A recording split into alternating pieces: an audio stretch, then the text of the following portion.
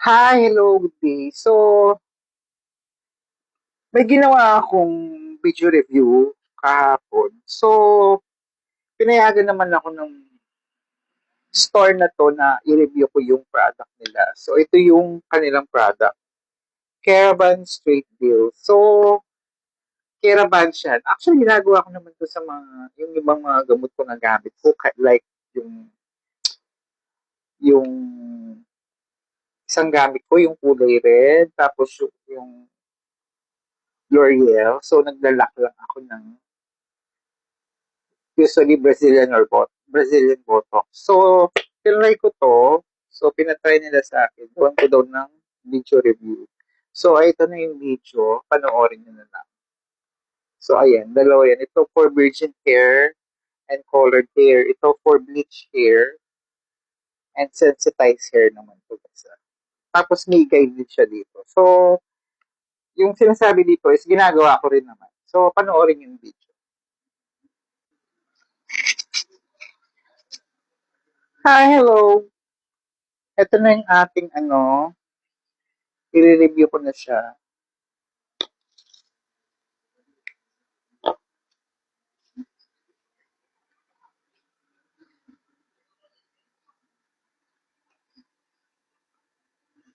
So, yung buhok niya is may color, no? So, tapos super dry. So, ilang beses na rin itong nakulay. Tapos, medyo may pagka-wavy din yung buhok niya. So, yung gagamitin ko is yung for bleach and sensitized hair. Ito kasi for virgin hair itong isa. For virgin hair and colored hair. So, dahil sensitized na yung buhok niya, ito yung gagamitin natin.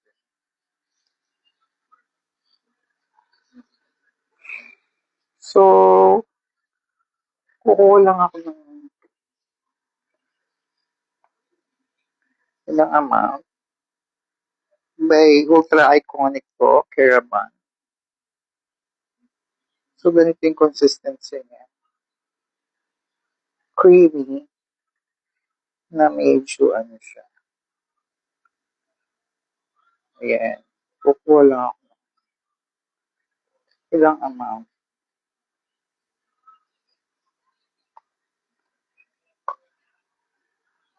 So, pwede na siguro.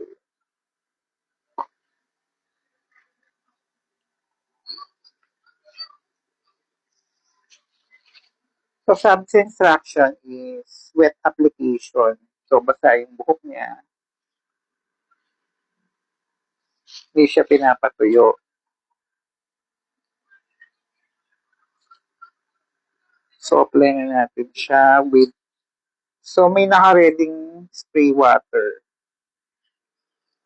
Yun yung sabi sa instruction. So, dahil nga Caravan, parang riban din to. So, inuna ko muna yung sa taas.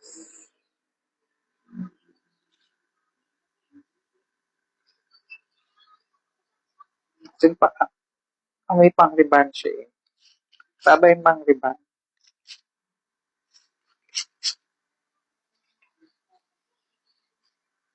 So, mamaya ako na siguro ibababa. Kasi yung sa baba is medyo haggard na siya. So, dito muna tayo sa medyo matibay-tibay.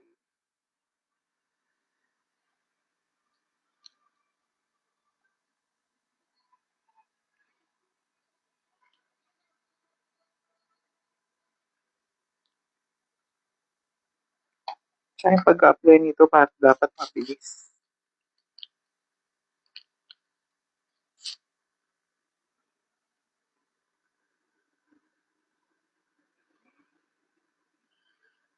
Mabilis yung pag-apply.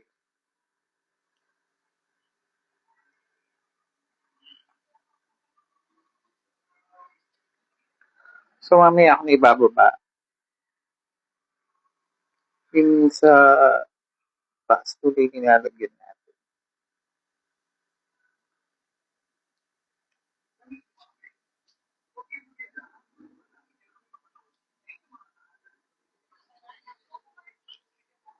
So, yung amoy niya, amoy pang-riban, no? Naamoy ko siya naamoy ko yung pang-riban ng yung brand na Matrix yata yun.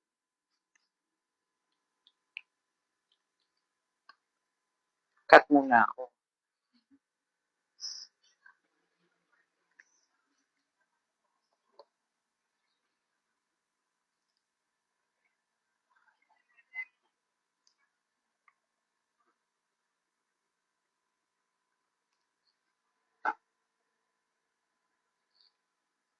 So, di ko muna siya binababa, no? Kasi pag binaba ko na siya, agad mag-react agad yung gamot.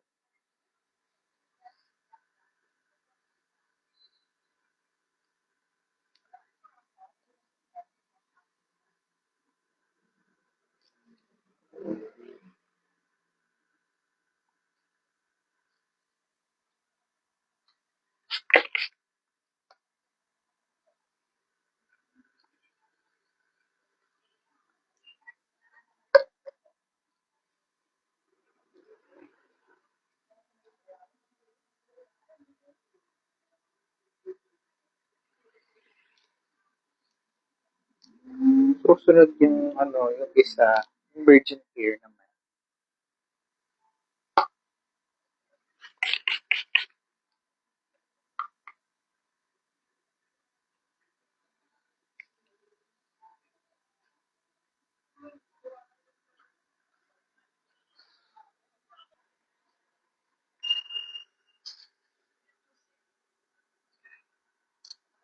So, last na lang dito sa side. Tapos, babalik ako sa likod, ibababa ko siya.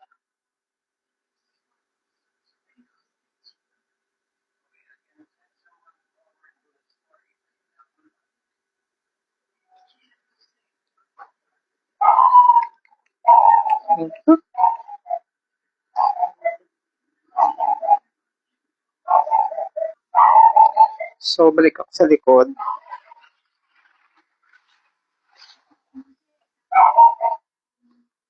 So, ibababa ko na siya.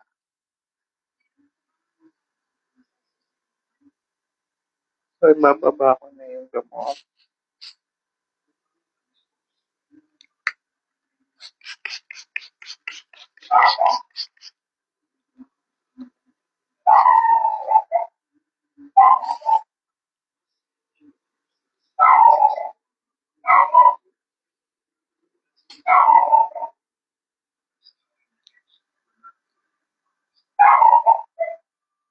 So, ayan, binaba na natin. So, sprayin daw ng tubig.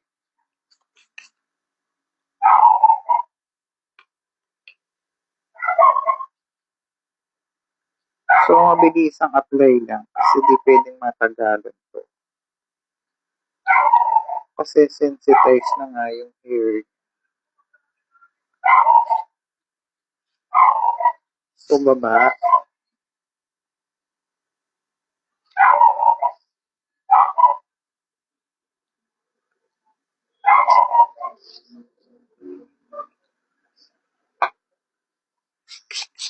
Spray lang ng water.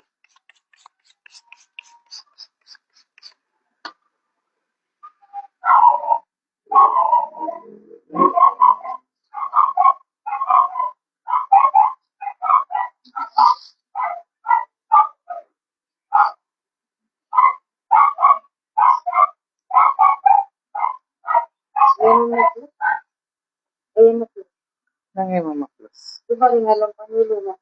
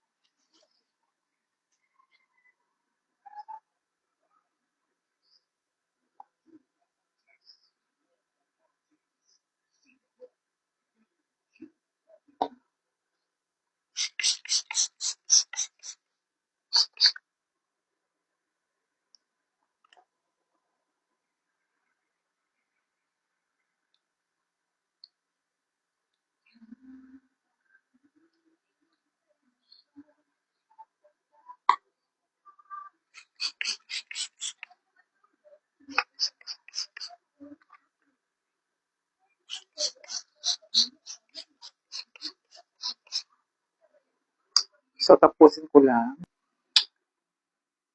So, sabi sa instruction, give 10 minutes, then check. Pag hindi pa luto, 5 minutes ulit.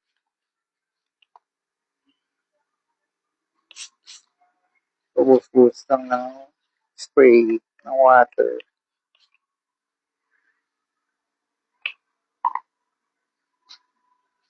So, ayun. So, wait lang tayo ng 10 minutes.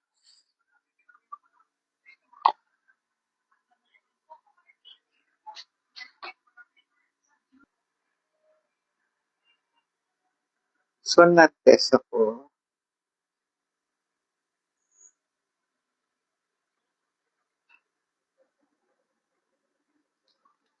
So, medyo matibay pa yung hair niya.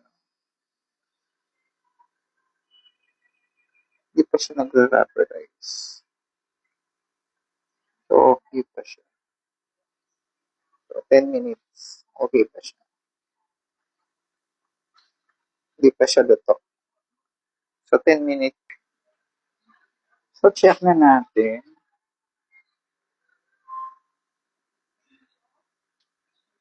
Check tayo ng hair.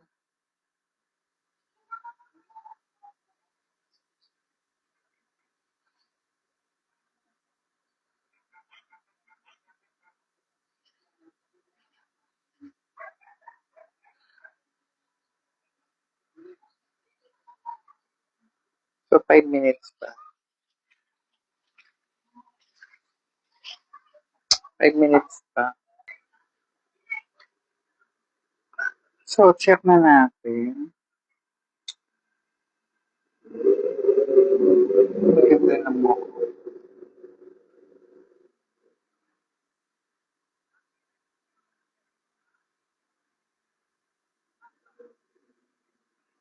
So, matibay pa rin siya.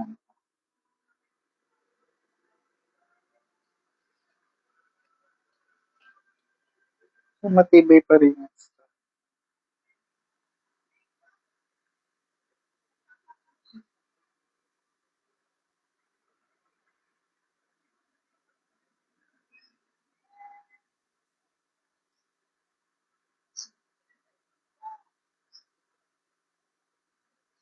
So, another 5 minutes.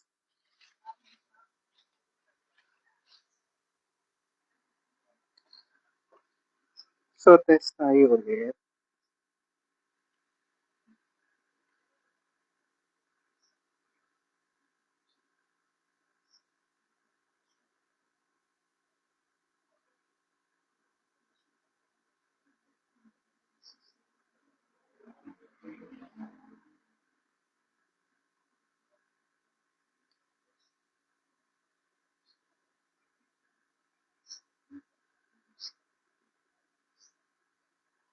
So, another 5 minutes. So, okay pa. Another 5 minutes. So, tingnan na natin siya. Naka 20 minutes na tayo. So, check ulit natin yung hair.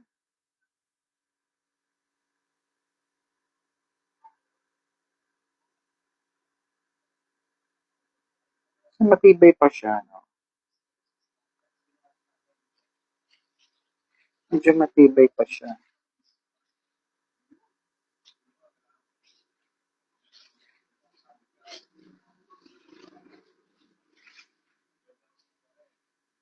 Yung natin siguro hanggang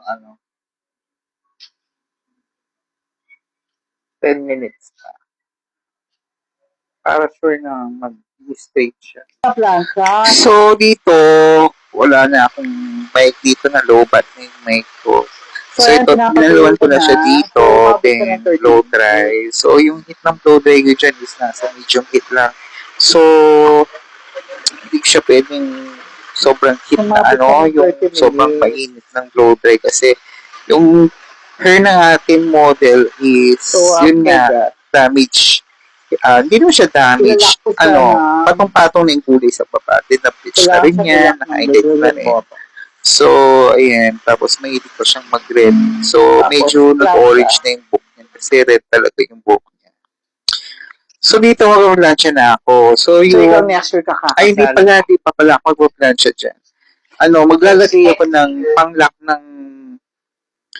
ng ating caravan. So, Pilipino ba yung asawa ginagawa mo? ko talaga yan. Naglalak ako ng Pilipino ba? Brazilian keratin. So, Bakit syempre, ang pag pangit din? magkekeraban ka, isasali mo na sa price mo yung Anong pang pangalan? keratin. Hindi mo siya hihiwalay. Kasi kailangan Anong talaga pangalan? siyang lock. Hindi mo siya i-lock ng ganyan sa mga Brazilian, sa mga pang keratin. Kasi pangit yung result. So, yan. Naglalagay, hindi ko muna siya pinlansya dyan. So, naglagay muna ako ng Brazilian keratin or Brazilian Botox. Yun, mas scary yung Brazilian Botox kasi medyo mataas. Ilang years na kayo? Straightening effect. So, yan. So, bago lang? Saan kayo nagkakilala? wala na akong mic dyan. Actually, ginagawa ko rin naman yun sa mga yan. Kahit hindi na ako bumili ng 3-in-1. Action! Kaso para mas, gusto ko lang siyang itry na na-curious lang ako kung ano bang effect ng mga 3-in-1 na pang 3-in-1 na pang na ganyan. So try ko lang siya. Pero usually talaga ginagawa ko ng keraban dun sa mga ordinary pang riban. Dun sa mga by extenso, yung by extenso, yung Good Red, yung L'Oreal, yan, ginagawa ko na rin yun. Tapos di ako naglalagay na number 2. Pero depende ha, depende so, pag sobrang kinky yung hair tsaka makapal, yung kailangan mong gumamit ng number 2. Hindi siya i-effect kung lang siya. Ayan, so binabad ko lang siya sa treatment, then infrared tayo para sipsipin niya yung gamot. Maluot yung gamot sa loob ng buhok. So, in-infrared ko siya. Actually, in-infrared ko talaga siya pag nagpapatreatment para ma-effect yung gamot. Pumasok talaga siya. So, dyan, papatuyin ko na siya, binoblow dye ko na siya dyan. So, medium heat ulit. So, kahit tinututok ko yung blow dye dyan, medium heat lang. Kasi sobrang dry na rin yung buhok niya dahil sa pangkukulay, sa kulay. So, yung texture ng buhok niya dyan, lumambot in fairness. Wala akong nafe-feel na dryness or nasunog. Maganda yung gamot. Tsaka, di na-advise ng gamot na yan na pang DIY ha. Hindi. Pang professional lang yan. Sa mga marunong mag-analyze ng buhok, sa mga professional talaga. Kasi kailangan mo i-analyze talaga. Importante yung analyze sa buhok. Okay, so, ayan. Yung mga professional hairstylists, alam nila yung mga technique na ganyan. So, ako, medium heat lang yan. Dahil sa sobrang dry, sobrang ng buhok niya, sensitized na nga, manipis na yung dulo, kakakulay. So, medium heat, then, ganyan yung pagpapatuyin ko lang siya. Kasi pa-planchain pa yun eh. So, doble-doble yung damage hair na gagawin natin sa kanya. So, kailangan careful tayo. So, itong video na to, hindi ko hinihikayat na mag-DIY kayo ha. So, gusto ko lang i-share sa inyo at i-review yung gamot na pinapatry sa akin. So, hanggang maganda yung niya, yung result ng buhok niya, lumambot. So, actually, yung result hindi wala pa dito kasi after 3 days pa lang niya babanlawan yung buhok niya. So, i-post ko rin kung anong result niya after 3 days. So, medyo mahaba-haba din yung video, no? Pero at least may pinapanood kayo. So, dito, pa-planchain ko na yan. So, yung pagpa-plancha ko naman dyan, ang ginawa ko po is hindi po masyadong mataas yung temperature ng aking plancha. Nasa 180 degrees lang siya or 2. So, binababak pa siya ng konti. Pero sa 180, nakita ko naman na hindi nagre-react yung buhok niya. Hindi yung parang naninigas sa dulo. Hindi. Madulas pa rin siya. Tapos kumikintab. So, kitang-kita ko naman na okay pa yung buhok niya, yung texture ng buhok. Kaya ako sinasabi to, mas maganda talaga yung nag-a-analyze kayo ng buhok, ha? Iba talaga yung pag-a-analyze ng buhok pag marunong tumingin sa buhok. ng client. Tsaka, ayan, pinakita ko na shiny yung sa taas niya, shiny yung mga ano, nag-shiny yung buhok niya in fairness. Tulong na rin ng mga siguro yung botox, saka yung gamot hindi siya nakaka-dry. So, pag nagustuhan ko siya, actually nagustuhan ko naman yung, hinintay ko lang yung result after 3 days. Kung same pa rin yung texture ng buhok niya, yung kung malambot pa rin siya, ganyan. So, ayan, inaano ko, hinahawakan ko yung sa dulo niya kung madulas ba or fairness naman madulas pa rin siya. And maganda pa rin yung outcome. So, ayan. So, yung heat ng ano ko dyan, may nasa 180 lang, hindi siya masyadong mainit. Pero muusok-usok pa siya, no? Dahil nga dun sa ano, botox yan, sa hair botox yan. Pero hindi ko masyadong tinatagalan. Mabilis ang plancha lang sa baba. Pero yung sa taas, yung medyo, may kasi ng konti yan sa, ano yung sa taas. Na medyo tinatagalan ko yung sa taas niya para mas bonggang-bongga yung straight niya. Kasi nga parang rebanding yan eh. Yung keraban. So, ayun na yung ano, pagtaan natapos ko siya na plancha dyan. So, as you can see, shiny yung buhok niya in fairness. Yung pag-shiny, kasi kanina, bago ko siya anuhin, nung tuyo yan, actually ano nung hindi ko siya nilalagyan ng gamot, super dry na madaming tangles. So, ayan. So, na-plancha yan. So, i-wait na natin yung final result. Result niya after 3 days. So, thank you sa panonood. Maraming salamat. Mag-follow kayo ha para may update kayo sa mga about sa mga buhok. Ayan yung gamot na ginamit ko for. So, ayun, tapos na. Natapos din yung video. Medyo mahaba-haba, no? Pero at least na-explain ko din naman yung mga gusto kong explain at yung mga process kung paano ko siya ginawa is dire-diretso yun para alam din ng pinagbilhan ko nito na may-ari nito na tamang process yung ginawa ko. So, yun lang naman. So, pag nagustuhan ko siya, after 3 days, ipopost ko yung final result niya. Yung dun sa model ko bago ko siya ilabas sa mga client ko. So, thank you so much sa panonood. Ito pala yung ginamit ko.